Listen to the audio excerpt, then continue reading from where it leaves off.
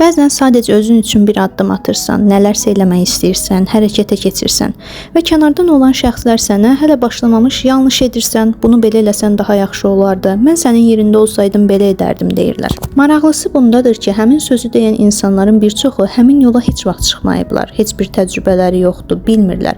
Amma səni günahlandırmaq, səni qınamaq, sənin işində səhvlər tapmaq onlar üçün olduqca rahatdır. Zamanla bunu daha da yaxşı başa düşmək olur ki, insanlar bəzən sadəcə öz qorxularından danışır, öz eləyə bilmədiklərini başqası eləyəndə qısqana bilirlər. Belə situasiyalarda məsələ sən deyilsən, qarşı tərəfin düşüncə tərzi və yanaşmasıdır.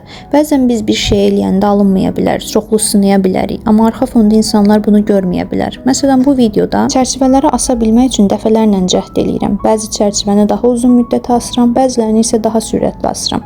Yəni bu həyatda gedişat da belə olur. Hər şey eyni düşündüyümüz kimi olmaya bilir. Amma biz sınadıqca alına bilir. Bəzən uğursuz ola bilərik, bəzən uğur qazana bilərik. İnsanlar isə daim danışacaq, daim bir şeylər söyləyəcək. Onların söylədiyi heç bir şey səni ifadə edən məsələ deyil. Səni ifadə edənlər sənin öz haqqında düşüncələrin, özünə qarşı yanaşmandır. Ona görə də nə olursa olsun heç vaxt özündən əl çəkmə və özünü tək buraxma.